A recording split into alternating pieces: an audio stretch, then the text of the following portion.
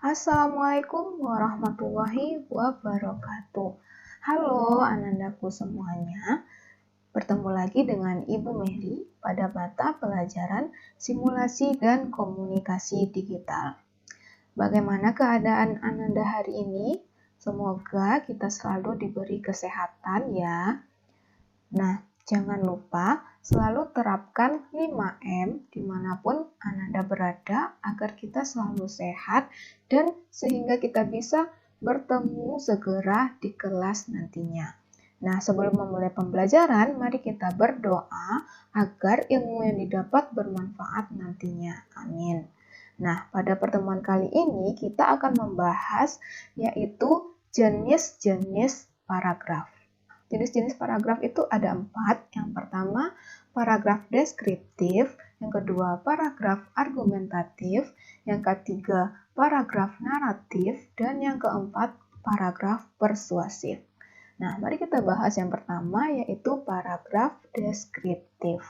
Nah, paragraf deskriptif ini merupakan paragraf yang menggambarkan atau melukiskan sebuah objek tertentu melalui kata-kata yang bisa merangsang panca indera sehingga pembaca seolah-olah melihat atau merasakan sendiri benda objek yang dideskripsikan oleh penulis.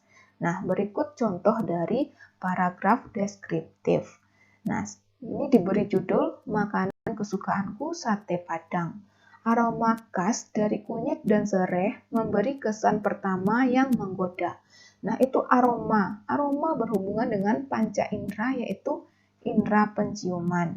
Nah, dari pertama ini dia sudah menggambarkan, yaitu merangsang indera penciuman pembaca dengan menjelaskan aroma dari sate Padang ini. Nah, kemudian dari kuah yang coklat, seolah merayu untuk segera disantap. Nah, itu merangsang indera penglihatan pembaca dengan mendeskripsikan bentuk dari sate Padang tersebut.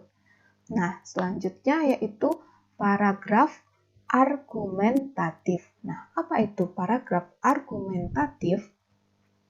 Yaitu paragraf yang menjabarkan pendapat, ulasan, bahasan, atau ide pribadi penulisnya agar pembaca memiliki pendapat yang sama dengan pendapat penulis. Nah, berikut adalah contoh dari paragraf argumentatif.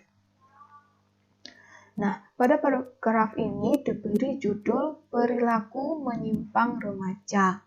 Di awal paragraf itu dijelaskan, saat ini remaja mempunyai perilaku yang sudah berlawanan arah dengan penerapan nilai-nilai moral masyarakat. Nah, ini merupakan pendapat dari penulis. Dari beberapa pendapat dari penulis disebutkan ini karena adanya budaya asing, minimnya pengamatan serta pengawasan orang tua, itu merupakan argumen dari penulis sehingga pembaca merasa setuju dengan penyebab dari perilaku penyimpang remaja ini adalah hal tersebut. Nah, selanjutnya kita akan membahas mengenai paragraf naratif. Nah, apa itu paragraf naratif? Paragraf naratif merupakan karangan yang mengungkapkan suatu kisah, peristiwa, atau pengalaman pribadi berdasarkan urutan-urutan kejadian atau peristiwa. Nah, berikut dijelaskan contoh dari paragraf naratif. Paragraf naratif pada saat ini diberi judul hilang. Nah, pada paragraf ini penulis menjelaskan dia mempunyai seekor binatang peliharaan yang takut dengan orang asing, sehingga binatang peliharaan dia ini pergi dan bersembunyi. Nah, setelah mencari, ternyata binatang peliharaannya ini hanya bersembunyi di bawah tumpukan baju bekas. Nah, dari paragraf ini dijelaskan seperinci mungkin dengan urutan waktu yang detail. Kemudian yaitu paragraf persuasif. Nah, apa itu paragraf persuasif? Paragraf persuasif adalah paragraf yang isinya berusaha untuk merebut perhatian pembaca, mengandung kalimat ajakan sehingga pembaca menuruti isi ajakan dari paragraf tersebut. Nah, berikut adalah contoh dari paragraf persuasif. Diberi judul pentingnya pendidikan. Nah, di awal paragraf dijelaskan pendidikan merupakan salah satu sarana untuk menghasilkan penduduk yang berkualitas. Dijelaskan dalam paragraf itu pentingnya pendidikan dan segala macam. Kemudian diakhiri dengan sudah menjadi tanggung jawab seluruh komponen bangsa untuk membantu mereka yang membutuhkan agar dapat melanjutkan pendidikannya. Nah, di sini penulis mengajak pembaca untuk ikut serta dengan pendapatnya, seperti itu.